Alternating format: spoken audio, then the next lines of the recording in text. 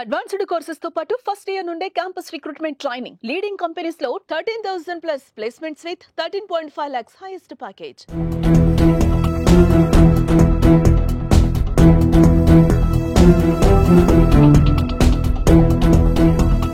ఈ పొద్దునకి మాయమైపోతుందా ఈ చిత్రమా? మరి ఆడికేమైందో మరి ఆడికే వచ్చిందో నాకు వెళ్తా బాబాయ్. విశాఖపట్నం భీమిలి నియోజకవర్గం మధురవాడ మిదిలపూరి కాలనీలో ఒక దుర్ఘటన అయితే చోటు చేసుకుంది.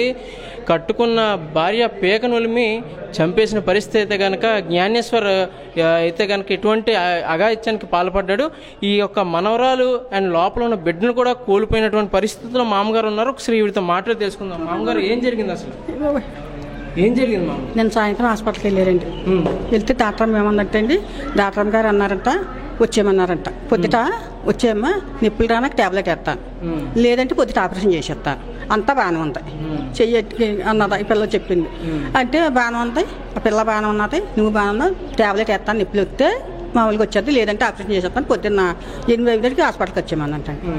వస్తే నేను లేచేది తెల్లారగట్ల లేచేది, నా పని నేను చేసుకుని గుమ్మాలు చేసుకుని నేను స్నానం చేసేసి పిల్లకమ్మ ఇడ్లీ వేసేసి పెట్టేసానండి. పెట్టేసాకప్పుడు నేను గుమ్మాలు వేసుకుని వెళ్ళి అనుష అప్పుడు టీ పెట్టి నీళ్ళు ఎట్టాను పొయ్యి మీద, నీళ్ళు ఎట్టి ఇలాగ తలుపులో పట్టుకుని అను లేకమ్మా అను అంటున్నాను. ఒక 2 కేకలకే పలికిదండి, అలాగే 3 కేకలు వేసిన పలుకుతుంది.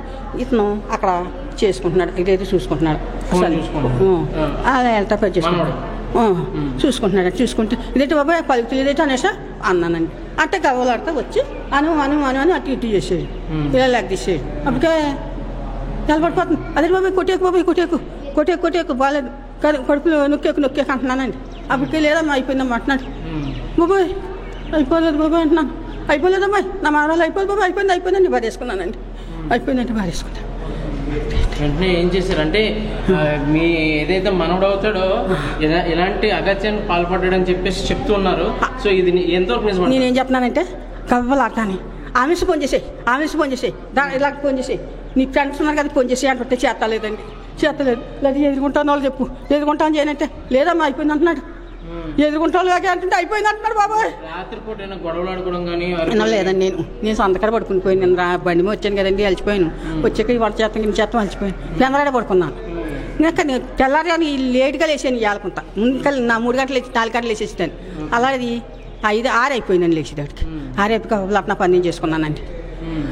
6 అయిపోతే నా పని నేను చేసుకుని పిల్లకి ఎన్ని పెట్టుకుని ఎగ్గట్టుకుని ఇంకా హాస్పిటల్ పోదామండి. ఇంకా ఇంకో గంటలో హాస్పిటల్ పోయే లోపల వీళ్ళకి ఈ అన్యాయం జరిగిపోయిందండి. నాకు ఏం జరిగిందన్నది నాకు తెలుసు, మరిపోతుంది నాకు. ఇంటికి ఏం జరిగిందండి, సంతకాడ బాగానే కదా, మళ్ళీ వంట చేసుకుంటూ వచ్చానండి. అమ్మ అయితే ఇలా వేసింది, ఆవిడ చేసింది, ట్యాబ్లెట్ వేస్తానంది, లేదంటే ఆపరేషన్ చేస్తానండి. అలాగే అండి, భయపడకో, టెన్షన్ గట్రా పెట్టుకోకమ్మా, భయమే ఉండదు, తొలిసూరు కదా నీకు, తొలిసూరు కదా. ఇది ఆయన చంపాడని చెప్పేసి వార్తలు వస్తున్నాయి, అది ఎంతవరకు నిజమంటారు? ఏమో చంపాడో లేదో దేవుడికి వెళ్ళాలండి. బయట ముందు నుంచి దాంపత్యం ఎలా ఉండేది? దాంపత్యం మామూలుగా ఉండేదండి.